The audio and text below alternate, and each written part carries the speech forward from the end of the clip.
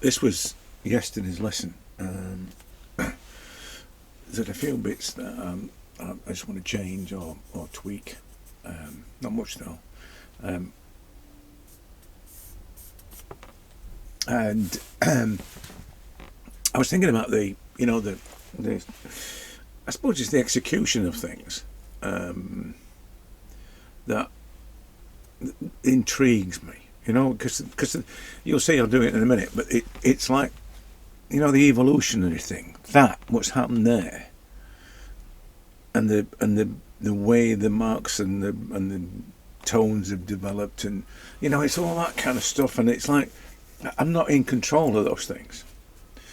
And then I'm as I say, we all do, glancing on Pinterest or whatever. I'm looking for references mostly, which is what today's reference is from, where that's from, and seeing some amazing art, and then asking the question, what is art? I mean, as far as I'm concerned, everything is art. So everything and nothing, but it's that definition thing, the amazing skill in production, or the amazing spontaneity of things. It's all just amazing, and somehow you gotta let all that be, and it not infect you in some way. That's the thing for me, because as soon as it infects you, it's not only that you start to produce in a way that is influenced, you're also judging in a way that's influenced by, judging your own work by what you see, and ultimately you've got issues with comparison and things like that. But it was just this question, of is it art? And I'd seen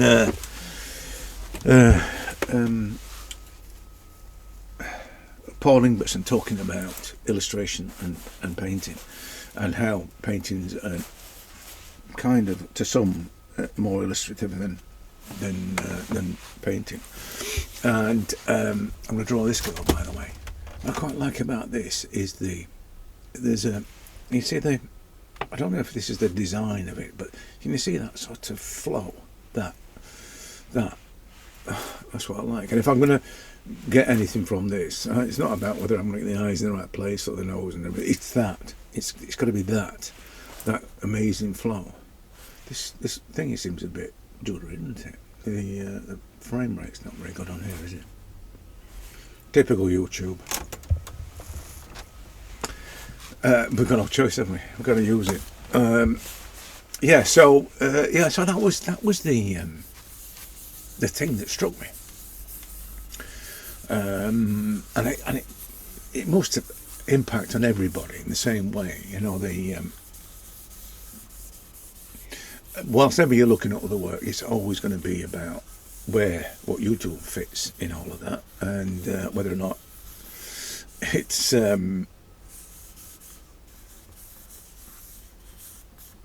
relevant. It's relevant to think like that. I don't know. I don't know if it is or isn't. I'm just saying that, the amazing work that you see everywhere is and which is designated as art, and if you've got a mind that is, I'm an artist, and that's my definition, and inevitably you're part of that world, and that conglomeration of amazing talent, and whether or not you need to consider it to be, I mean, I probably don't consider what I do to be art, and I was looking at a guy this morning, incredible illustrator, Brazil I think, and every one of his drawings, it's mostly drawings, every one of his drawings is incredible, but they're all the same. They're just the same. They're sort of different subjects. Well, they're not actually. They're the same subject. And if I told you, you'd probably find them and see what I mean. But I don't want to do that. But that's not, for me. That's not what. That's not what it's about. It's almost like that's kind of like finding a formula and then applying it to everything. and I get it. I know why that would happen, and you know, the way you see the world, the way you respond to the world, and all the rest of it, and you develop a way of doing that, your own kind of visual language. So I can understand that, but for me, which is this question of, if you look at my Instagram, and I mean, they generally are just drawings of good-looking people, even when they've got beards, you know. But the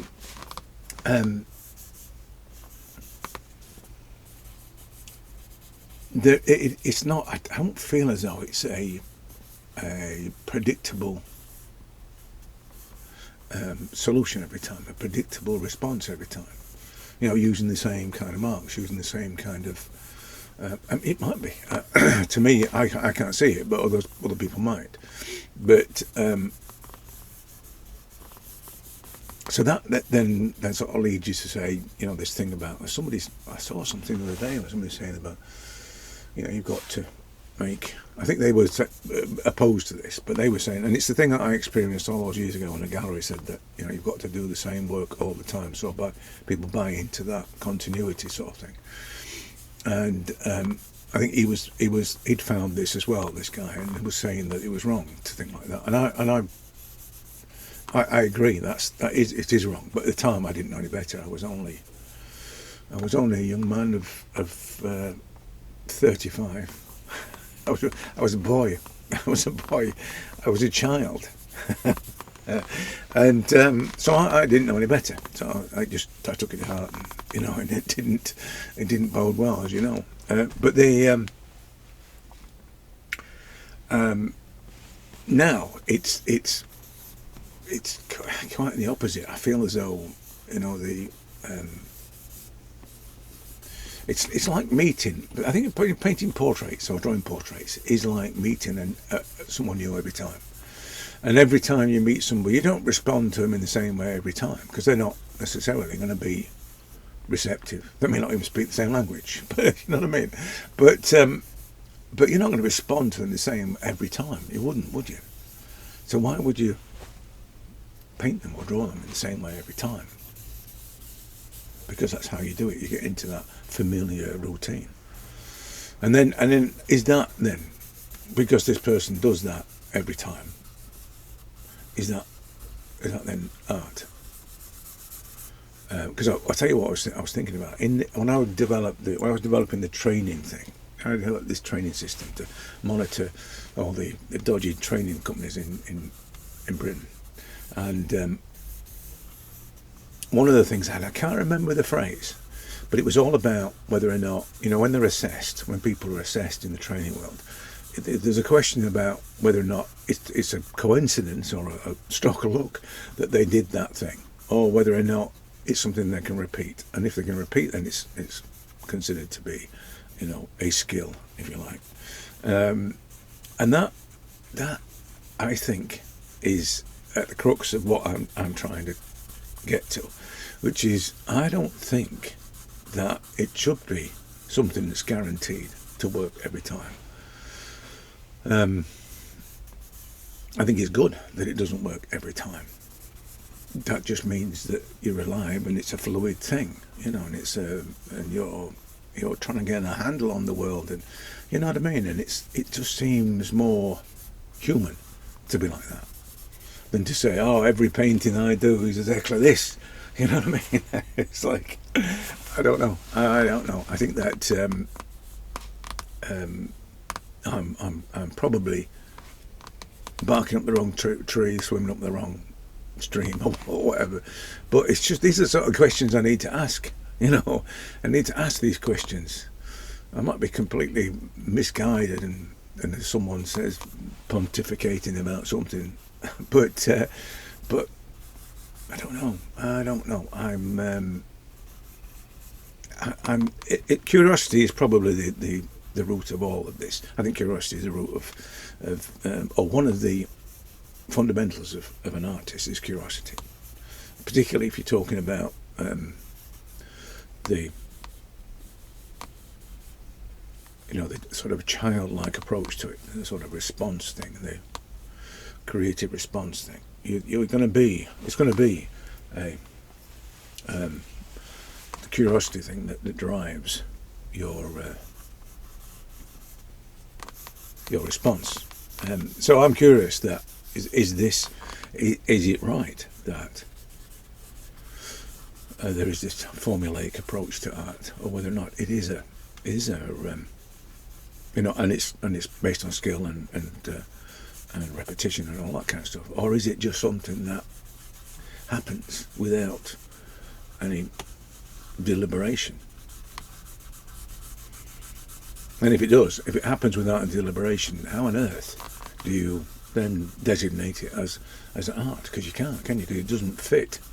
It doesn't fit with the normal formula of what people define as art.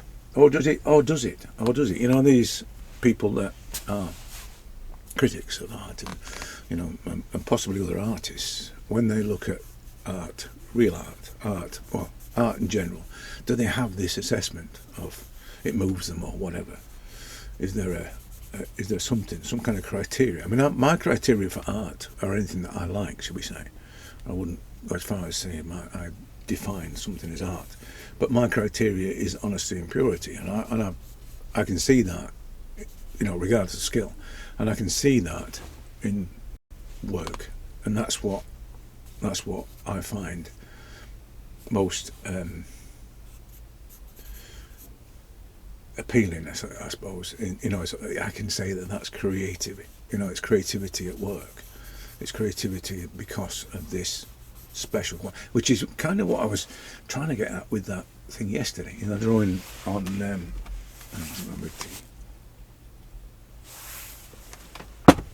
drawing yesterday in the lesson, this one, and things were happening. I mean, it could just be a replica of a face, if it's a skill application thing, and there is some skill in there, but that's what makes it what it is for me. It's the things that were just pure responsive things, and my decision to go with those things, my decision that those are things that are capturing the thing, capturing the moment, capturing the essence. It's my decision to do that, rather than thinking, I must make that super smooth, I must make that blended, I must do, all that kind of stuff. And it was every even the people that have formulas must have that criteria. They must be look at it in terms of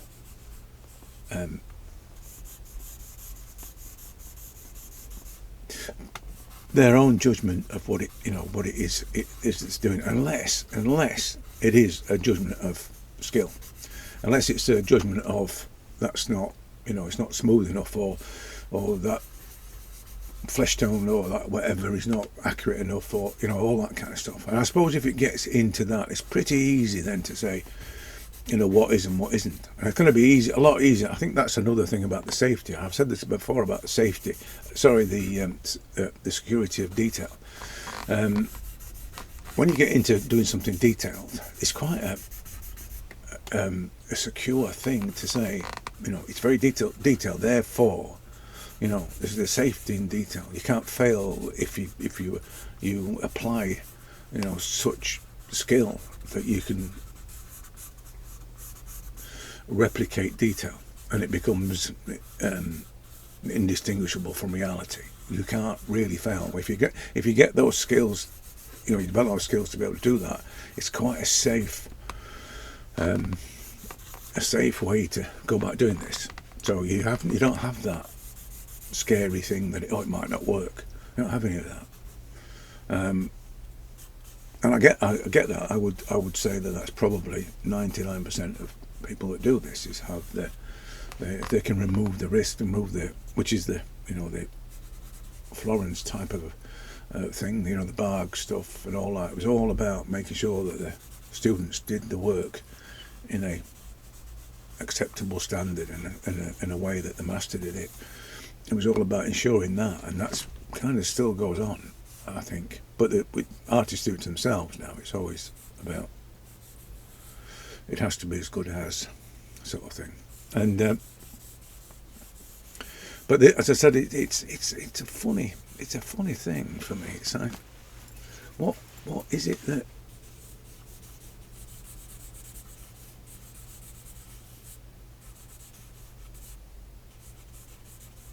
defines what we do? Is it somebody else's definition?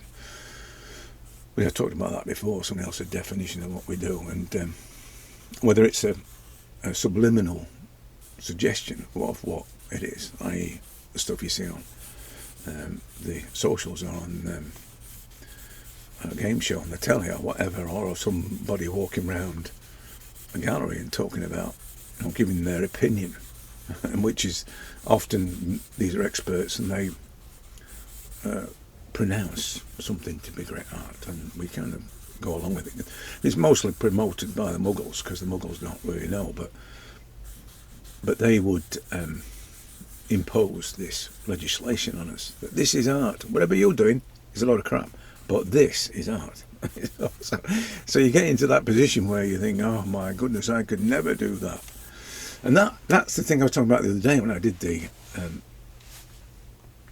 podcast. This thing of, why does somebody else's definition of what it is that we do, why should that in some way impede or stop, full stop, people from enjoying the process of making art, of making a portrait, just because it doesn't look like somebody else's definition of a portrait, or the usual thing with portraits. It's got to look like them. It's got to look like them. It's got to look every hair and every eyelash and everything. The usual sort of crap. Is it right that people are like precluded from the enjoyment of doing this just on somebody else's say-so, somebody else's definition of what is good and what is not? No, it's not, is it really, if you think about it? Because you just don't know. This is the thing about I'm not going to put it up because I've thought about it afterwards. It's a bit weird. I was talking about the idea of talent and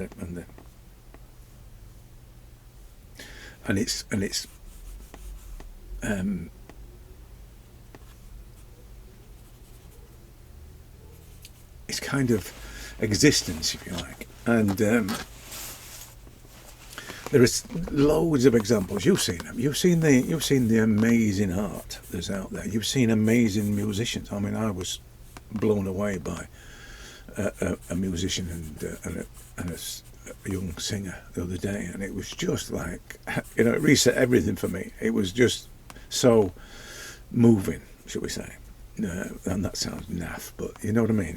It was such a powerful thing, and I'd seen this before. I'd seen this when I was, and I know it's taken him a long time. Teddy Swims he went and did it, and it's all set up. I know they go and walk up to somebody on the street and they it's a random thing and start singing, and yeah, we all. I don't really care that it's set up because it was just astounding.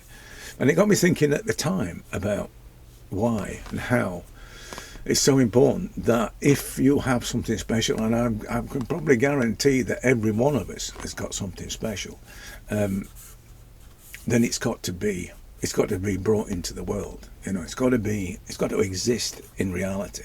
It can't just be either something hidden away or something about art the other day. If it's hidden away, then you're depriving the world of something. You are in a way, I suppose, but I think that's a little bit pretentious. But probably a gallery was saying that. But this idea that there is something special inside you, and it really needs to be shown. It really needs to find its way out.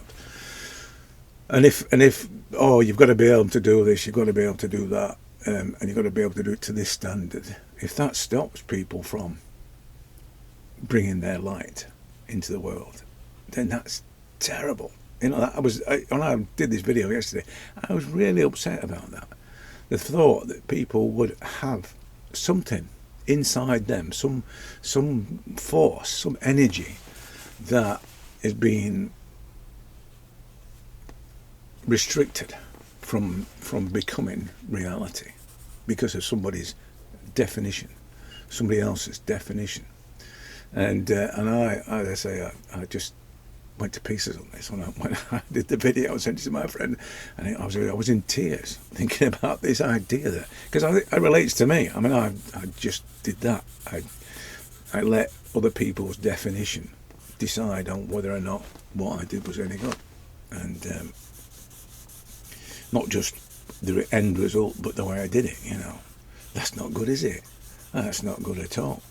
And like I say, I didn't have the privilege of having an artistic, creative, fine art background. So I suspect, although I think it's not true, but let me give them the benefit of doubt and say that they help people to find their true self.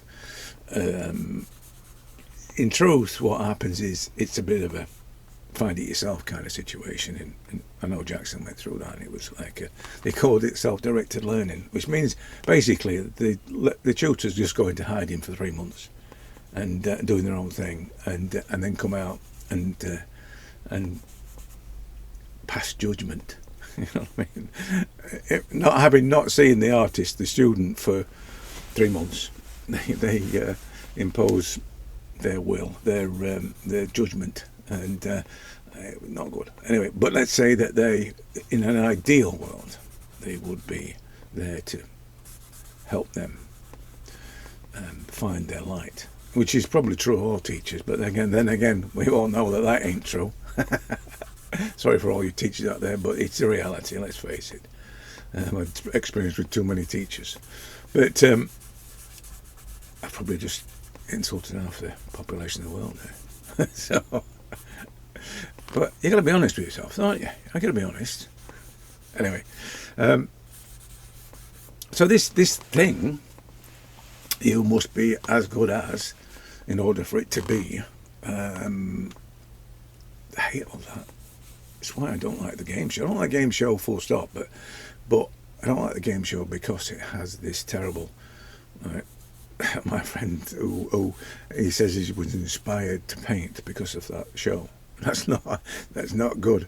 That is not good. I don't care what you say. You know, it's unless it's a case of, well, I could do that. Well, in which case, yeah, that's a good reason to be. Because yes, you can. Yes, you can. If they can do it, I can do it. It's probably the best way to be inspired by another artist is to say, well, crikey, if that's what he calls out, well, I can do that with my eyes shut. I love all that. And that, I think, is probably the best way to look at the game show. If inspiration from others is what you think is the way to go about doing this. But anyway, this idea that it's only art when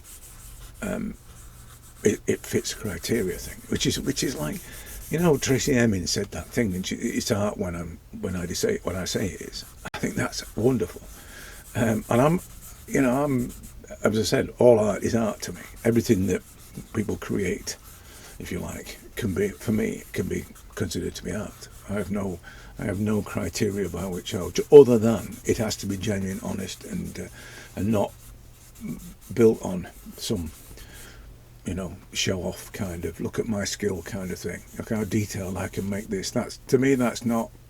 I can't judge that. I have no interest in the skill-based art. I just think I think that's because of the illustration thing, though. It's like and what I went through with the illustration. So maybe it's wrong, but I just don't. I don't get the. For me, I don't get the skill is art thing, or art is skill. Like somebody said, well, if it's not skill, then what is it? You can't. You know what I mean? You can't reason with unreasonable people. If somebody says that to you, if somebody says if it's not skill, then what is it? You just got to walk away from that, because you're never gonna convince that person that art is more than skill, because it's always going to be skill to them, and that's the downside to this, predefined thing. That it has to be that. So if that is the case, and that's obviously got into this kid's brain, then that a lot of people will think like that. A lot of people will think that it has to be that, and then what does that do? It's back to this thing of, I can't do it. Do not. People say that to me sometimes. I don't have the skills to do that, and I'll say to them, what skill got to do with it? And that all of a sudden it's takes away any. There's no obstacle, so I've immediately taken away the thing that was stopping them from doing it. It's probably more to do with their psychology than it is to do with whether they've got skills or not, but they're just using the skill excuse, and that, as I said, is for me is the problem with it all. I think everybody should create. I think everybody's got a light that needs to be brought out into the open. So, and if you don't do it, what are you here for? If you are creative, if you have a need to be creative, if a need and want and desire and all that sort of stuff, those things are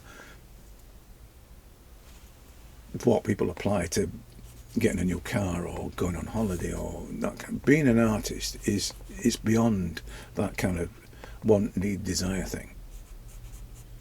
Being an artist is being an artist. That's it. I think the fundamental thing of we want to create, don't we? Most people, to most people, that has been subdued. At whatever age it gets knocked out of us, but there are people that, and unfortunately, wait until their life's nearly over before they decide that it is a bit like me. It is something that I have to do before it's too late. That's bad, isn't it? That's I've got to do this before it's too late. What does that do to the way that you work? I mean, the only thing that I would say that's affected me is the way I think about this. I've less concern for what others think about it, and that's old age that does that. You know that thing about as you get older, you get less impressed by things, and you realise what's important, and then I can then compact that with my experience with cancer, and all of a sudden my perspective on life is amplified, shall we say, in a certain way, and but that, as I said, that's what happens. We get, life, people, society subdues the creative soul in us, and we end up either putting it off, like I did, or waiting, like I did. At least I did it as a job to start with, even though it was not a good way to go about doing it, because of how it because naturally, an illustrator, it's gonna be about formulas. It's gonna be about that sort of thing, and all that is just gonna not really. It's not good for a painter, for an artist. The commercial application of. I went to Paris on our honeymoon, and you do the normal thing. You walk around Montmartre and had a portrait done by one of these guys, and he asked me what I did, and he was so dismissive. Commercial artist, he said, and he was so dismissive. I was kind of insulted by it, but I now know what he meant. Although, having said that, he was probably the most commercial artist I ever met, because he was just knocking out these dodgy portraits, walking around with a clipboard type of easel thingy, and just knocking out these.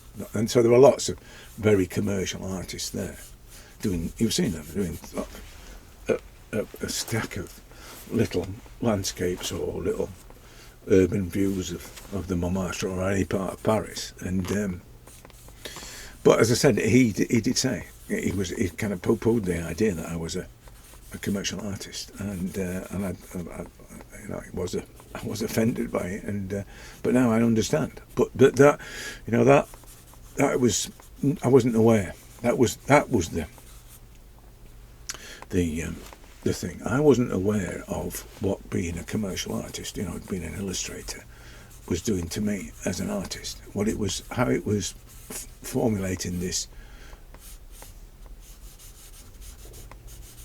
success was based on. I mean, success was really based on whether you illustrated the fact that somebody was getting in and out of a car, or sat at a bar, or what. That was the success, and the client liked it. Whether or not the person was attractive enough and all that kind of stuff, or whether or not a lot of soft drinks things. Whether or not you illustrated the bottle, the glass, and the fluids in it effectively, and all that. So that was kind of a different thing. To what illustrators do now. The majority of them, it is more of a decorative thing. Although you still get people illustrating, somebody walking and sitting, and the usual sort of things to illustrate and almost like a diagram. And but that is a thing that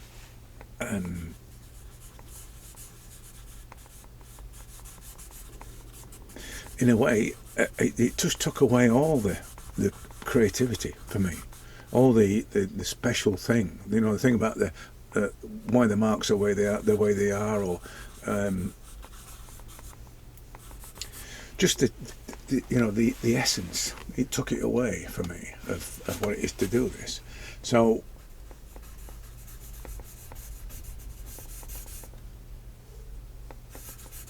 I might as well have not done it. I might as well just do what they do now and push a mouse around and call myself a designer, because that would have been less detrimental to my creative soul.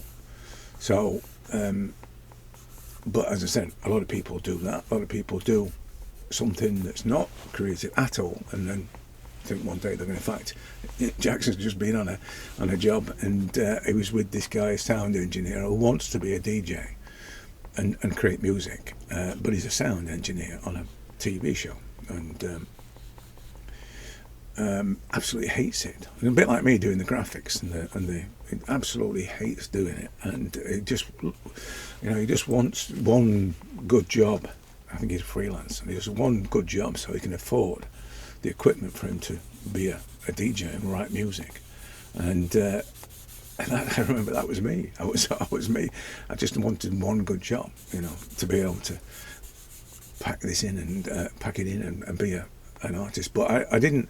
I'd already been damaged, so it wasn't like I was going to set up a studio and start doing, amazing landscapes and whatever. I'd been damaged and really didn't know what was going on. It took 30 years for me to get back to a place where my perceptions of doing this was completely reset. Was my hard drive was completely wiped over those years.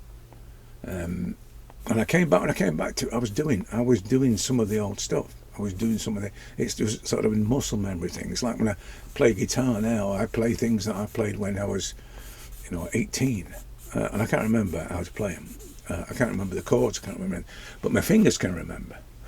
So when I came back, and I started doing this, my fingers could remember, and so, but I then got into the psychology of it all and why I did what I do, and that then changed everything. So then everything, this is why I end up asking these questions. Is it art? Is it art to do it like that? Is it art to do it like everybody else? Is it art to do it in the way they told me I should do it?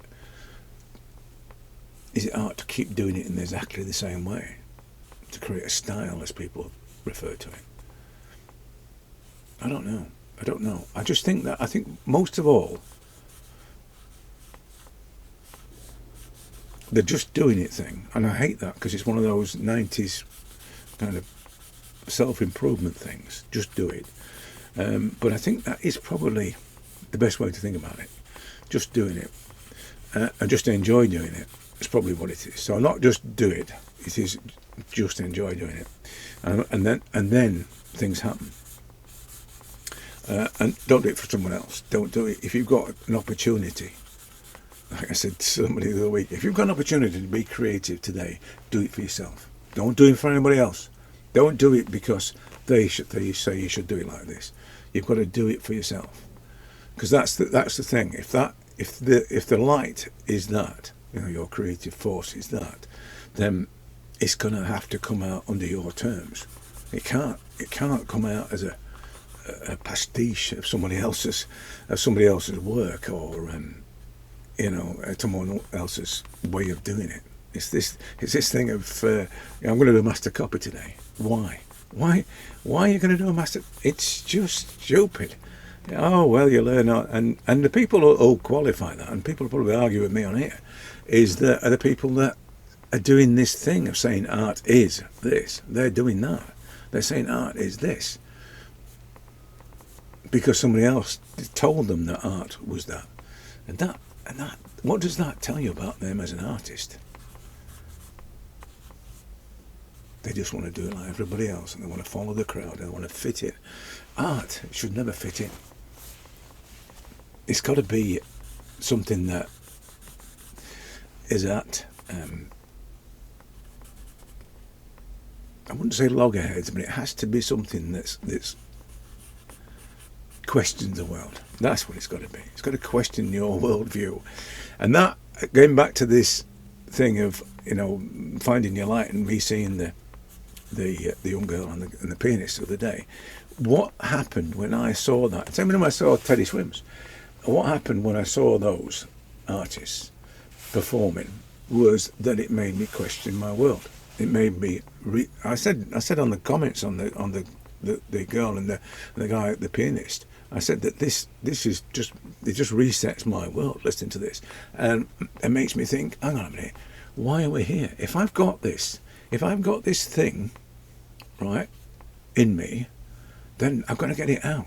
It's like Alien. It's going to come out of my chest. You know what I mean? It's going to burst out. It's in me. I've got to get it out. I think that's kind of sentiment my wife said when it came out when she had the boys. But you know what I mean? It's like it's got to come out. And that, I suppose, is the driver for me. It's not just the every day. It's the joy, because it is. That's probably the one of the drivers. Is it? I just love doing it. But the other one is that it's got to come out. I've got to get this thing out of me, and I've got to not necessarily show the world, because that's not really why I do it. It's not. I just think it has to come out. I think that when somebody was talking about creative, being creative, creative acts, and I said that I don't think any creative act is a waste of time. I don't care if it works or doesn't work or meets the criteria or whatever. No creative endeavour is a waste of time. It can't be, because somehow it seeps into the cosmos. Somehow it gets into the cosmos, and that again, this is Robert Henry. It's not me just thinking like this. Robert Henry thought about the creative cosmos, and that and that's kind of hocus pocus. I would have thought back in those days when he was writing it. I think they still believed in witches. But if there is some kind of cosmic connection to what we do, then this is the thing about the particles and whatever. When we create something from nothing, which is what we're doing, that exists in the universe, that exists in the cosmos. So it doesn't matter whether anybody sees it or not. It exists in this universe, in this time frame. And so that, as I said, that's really what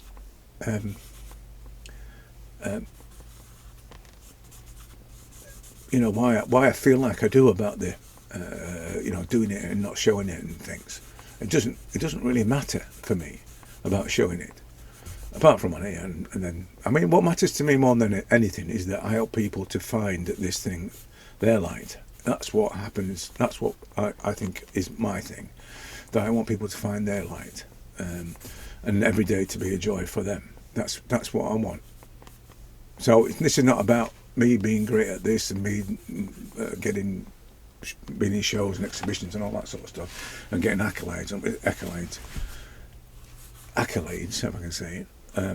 It's not about that.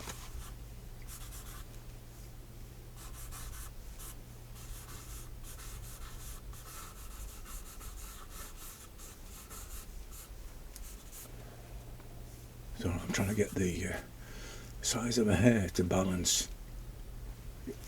You know what I mean? To do that, so it's got to come there, and then this kind of goes up here to push that down and get down there. So this is the flow thing I was thinking about.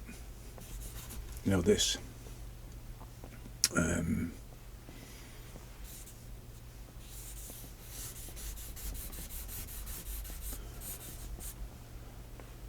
Yeah. So the next thing really is this.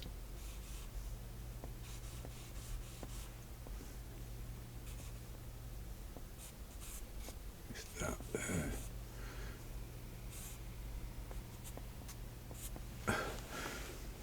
Yeah. I think the only thing that I'd say, and I was talking about it on yes, is the tonal thing. I think you underestimate. No, I'm switching back into talking about doing it now. So I think we underestimate the way that tones shape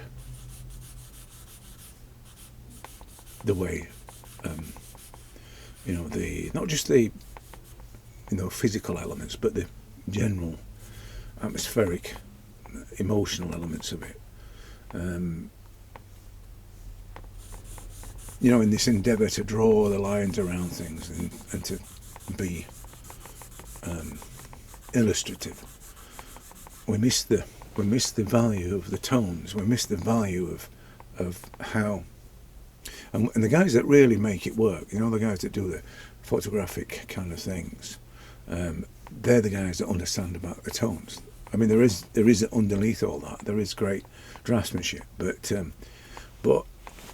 it's not the draftsmanship that makes it great. It's the way that they are able to understand how simple tones, subtle tones, can shape the work and the emotional response to it. Because I think that's probably something that is fundamental for me as well, is that art is an emotional response. So my emotional response to work that I see is connecting with the honesty and the purity thing. Is it done from a place of honesty and purity, regardless of the skill? So it is an emotional response. I can't really say any other. But as I said, these guys that can really do the tonal stuff, that they've got that off pat. They can do the. I mean, admittedly, it's black and white normally, and it's photographic in its execution, but they understand about the tonal, the emotional tonal elements of it. The way that tones can affect the emotional element of something. But whereas if you look at, say, a Sargent charcoal, it doesn't have any of that. It doesn't have. You might do something as tonally dense as this, but there is a lot of linear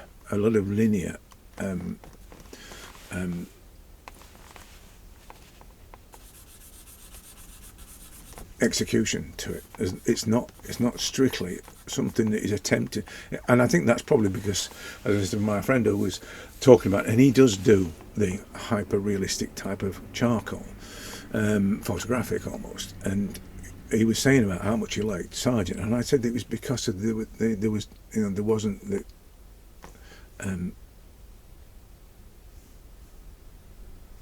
amount of photography used. I know they use photography. I mean, Alphonse Musher used great big photographs and painted over them, I know.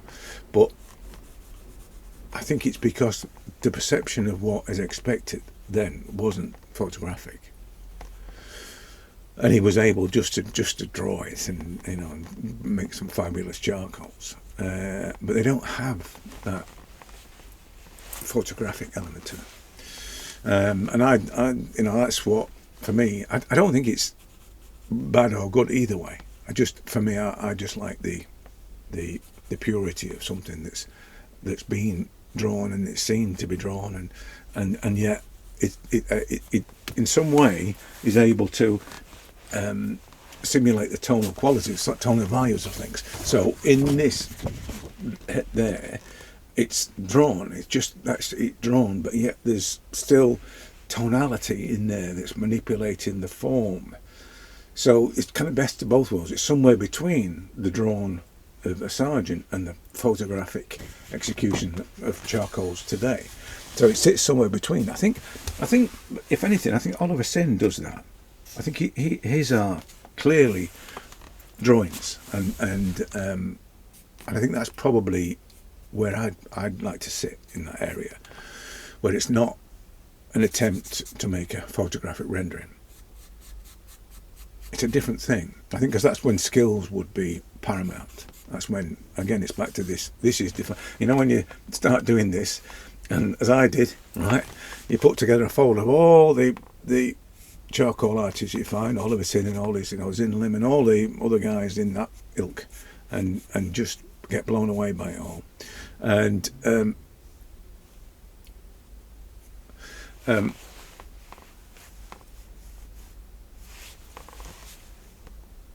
you get to a point where the skill aspect of it becomes a thing. It becomes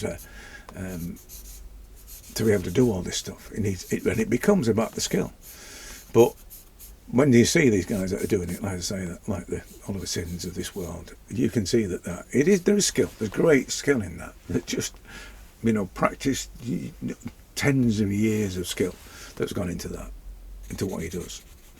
Not least of all because of his construction approach. Whereas mine's just a freehand kind of thing. His is constructed, so he'll do everything has to be defined before he starts colouring in. But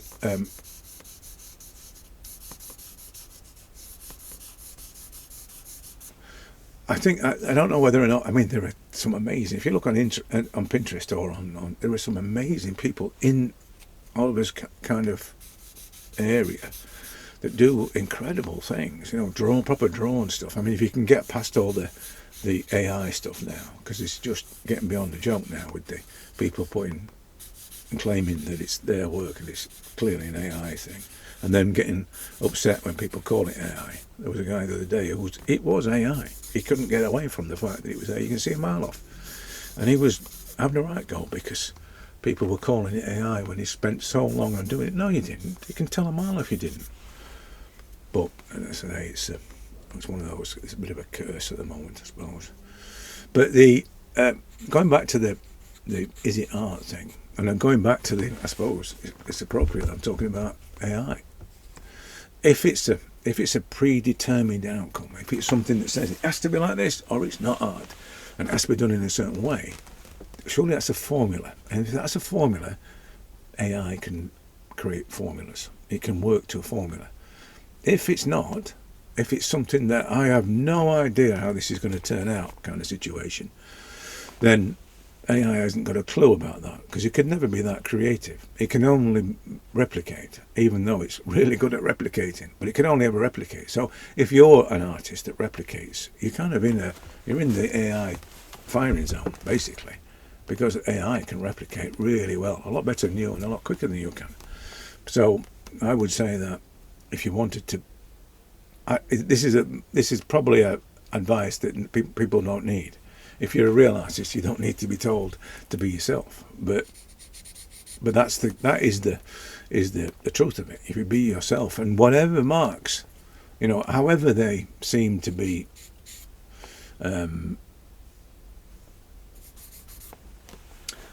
stylized and repeated, whatever those marks are, if they are your personal response to something, through the filter of your creative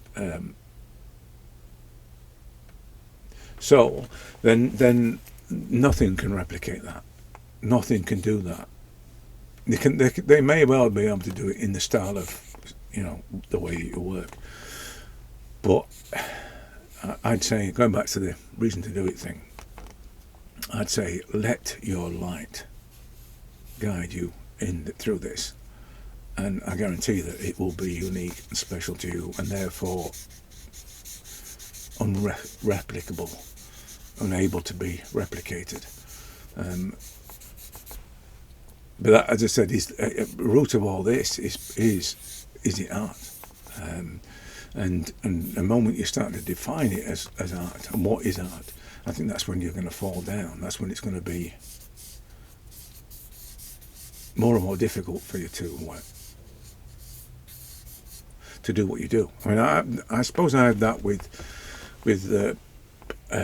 subjects. Not now, but then it was. I mean, I just try and switch it up every time because I get bored of drawing beardy old men. So that's probably my criteria. My criteria is keep it fresh every time, but also I don't want too much detail, and I want it to be high contrast and usual sort of stuff. It just makes it easy to draw. That's all. And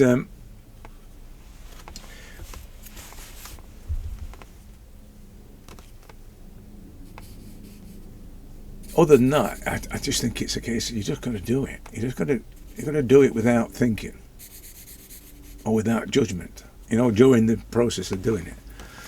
Is it detailed enough? Have I got that? Have I got that? Yeah.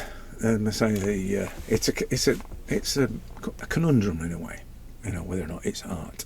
It's just a conundrum. I tend to default if anybody asks me about whether it's art or not. I just let somebody else decide. So it's get out of the question kind of thing, and without answering it. A bit like a politician. Hey, I could be a politician. Just answer it by throwing back a question.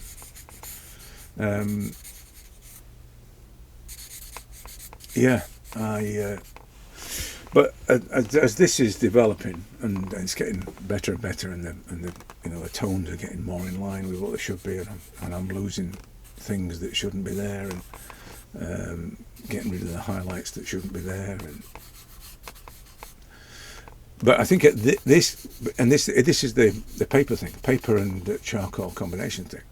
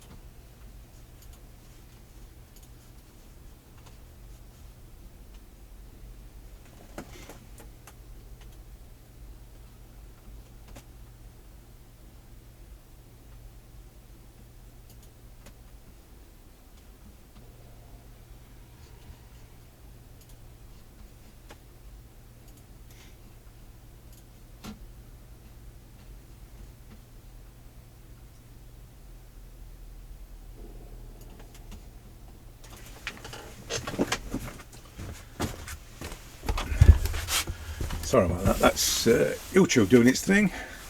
Thank you, YouTube. I tell you, it's the last few weeks, probably last month, it has been absolutely terrible. It's just I can't tell you the number of times it drops. I mean, I tape every one of them now, just in case. Sorry, I record every one of them. So show me age when I said tape. Anyway, I record every one of them because it's just not. YouTube is just not sustainable. If you were doing lives, permanently, God knows how you'd carry on with it, because it's just not a viable platform. There's got to be something better than this.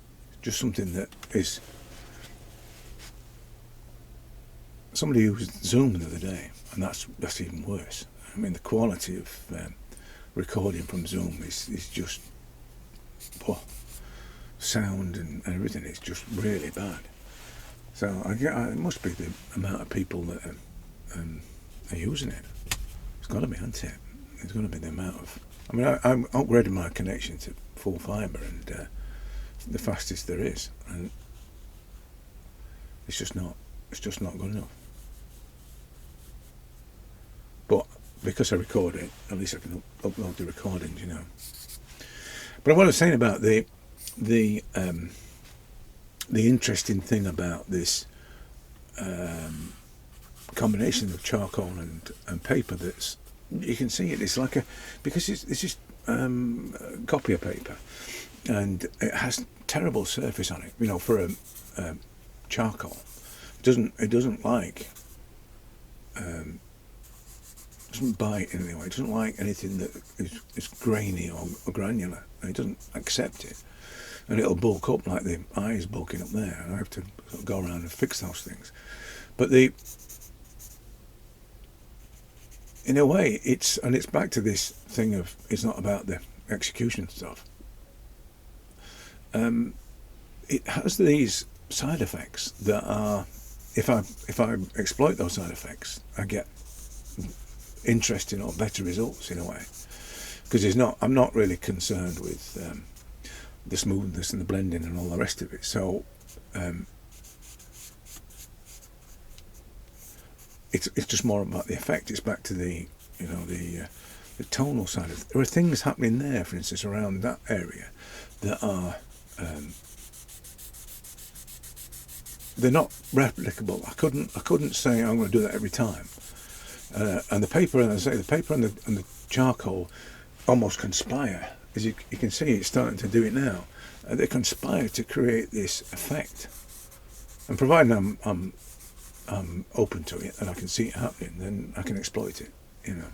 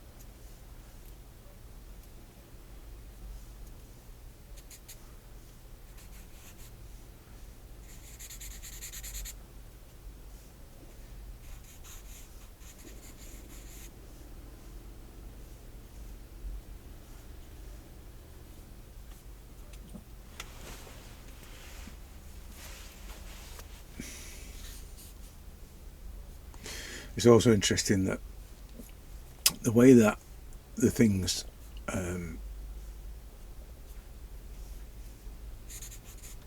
the charcoal sits on the paper, and the way it smudges or blends. I think it feels like more painting than drawing. It definitely feels like, there's some of the things. I know I don't like to draw outlines around things and then colour them in. And I'm not really that kind of constructed approach thing. But as I'm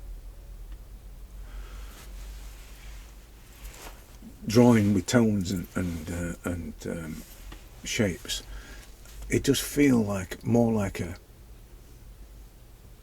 painting. It feels more because of the almost continuous tone thing. I know I do the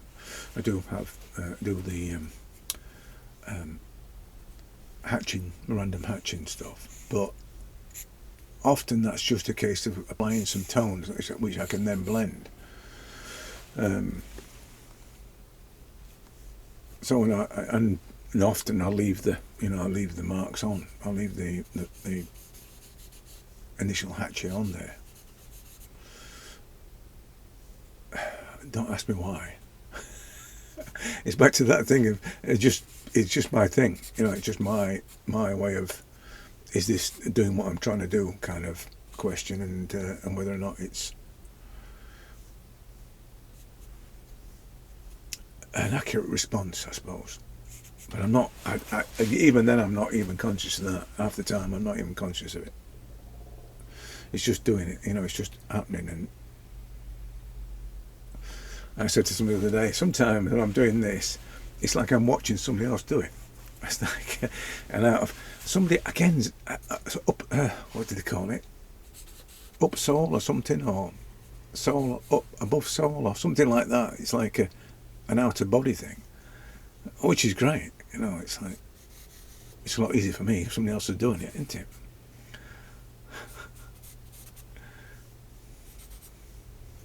I also think that one of the things that I've learned from using, and when I go back to normal paper, this is going to be a bit of a shock, but one of the things I've learned is that I'm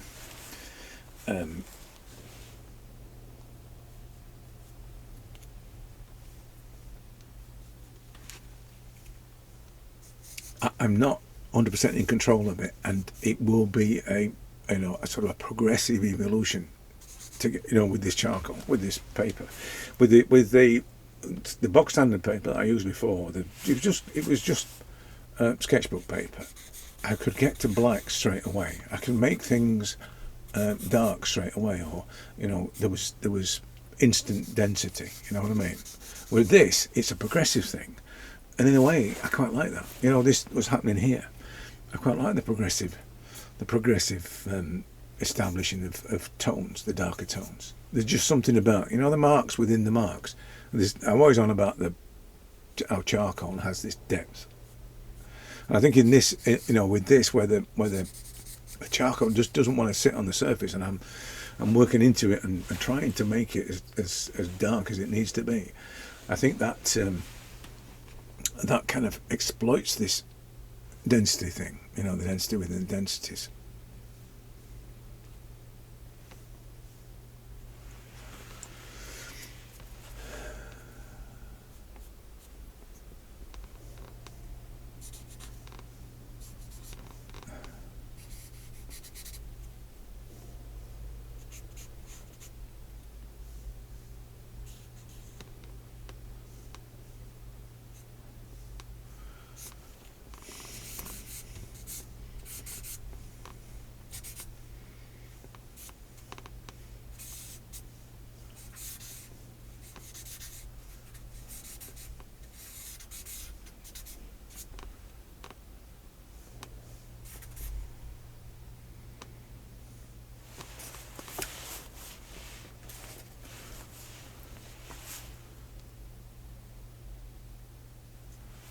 It's getting serious when I get the cotton buds out.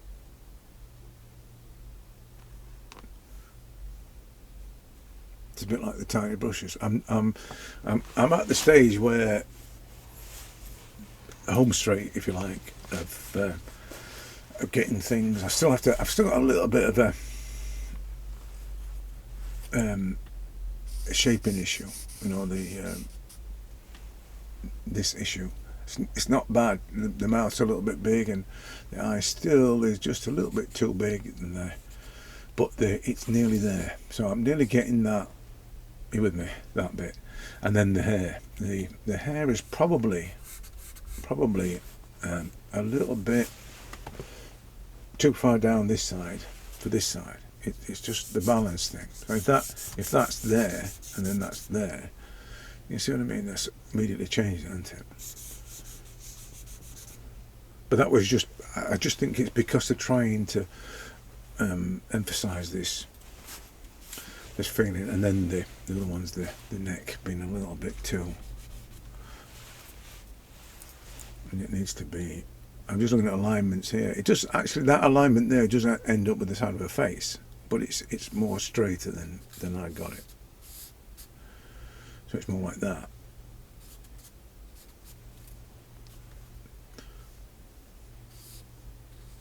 And then the is about there.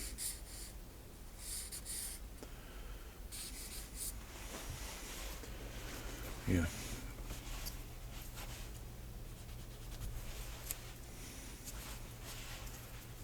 It's probably going to have a background on this, so it's going to help me to just rectify a few of these misalignments. Don't know yet. But I don't know if you can see it on this. Can you see on this? Yeah, you can see the textual thing is that, and this is the paper doing this. And when I touch it, and there's grease on my finger or whatever, there is a little bit of breakup of the charcoal, which is like, it's almost like, I say, like a textual thing. I think the other thing about it is the question of it is, for me, is, and this is when you work from screens, you always have that problem of it's a backlit illuminated screen, so everything is going to be lighter than it should be, and this side of the face is probably in complete darkness in reality, but because it's back illuminated, you can see the details within it. And sometimes I think it's better just to kind of ignore that and try and override that and trying to think of it as not being backlit. In a way, it's probably better to use photographs than to use screens, because it wouldn't suffer from the backlit thing, obviously. But it's the cost of making big prints and whatever, isn't it? And the other problem I've got with it as well is the side by side, size for size stuff. You know, people put a picture at the side and then draw lines across it. You know, we'll get into technique and all that, and just, yeah. At least this way, I can push the reference further back, as if she's sat in the room with me, and I'm going to draw it in that way. I'll not pick it up. I won't do what people do with, you know, the phones, and they pick it up and zoom in and out and all that sort of thing. I'm not interested in that. That just throws my view of something. And if it's about detail on something, then I'm not interested. So it's just going to be an image that is fixed. I've said this before about the fixed image thing. If you want to draw freehand, you're going to draw. I mean, obviously, from life is probably better, but life is miserable, isn't it? You know, people staring at walls. I know she's staring at walls and staring at me, but if you're lucky enough to find images like this that have personality, then this is a Pinterest thing. But if you can find stuff like that, great. But if you can't, majority of the time, model shots are always somebody staring at a wall. Even when you download them from supposedly artists, you know, academy type of things, they're all people staring at walls. So that begs the question: these people really understand what this is about? It's not really about how well we can draw someone staring at a wall, but it is to a lot of people, obviously. Anyway, I'm just about done with this, apart from all this sort of tweaking of things. And back to is it art? I think everything's art. I think everything and nothing is art. That's probably the most profound thing I could say. Everything and nothing. But what isn't art is what everybody else tells you is. There you go. There you go. So don't listen to other people. If they say it's art, that's their opinion. It's not. It doesn't have to be your opinion.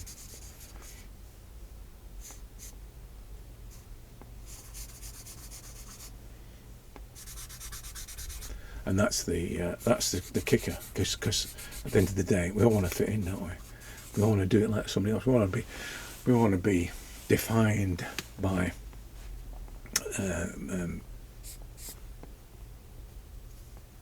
compliance. Compliance. Now, I defy any artist, real artist, to say that they want to comply. They want to comply with, because they don't, do they? No real artist wants to comply, to be the same, to do it the same. I mean, how many great artists are out there? I mean, I watch them every day on YouTube or on Instagram or Pinterest, and they're just like incredible. Not so keen on the doers. I'm not so keen on the decorators, but nevertheless, I'm it's all art, or creative, shall we say. But anyway, as I say, I'm done now, apart from all the little tweaks that I'm going to do just to get the tones working right, and just going to fix the eye a little bit, and do a bit of sculpture on it. And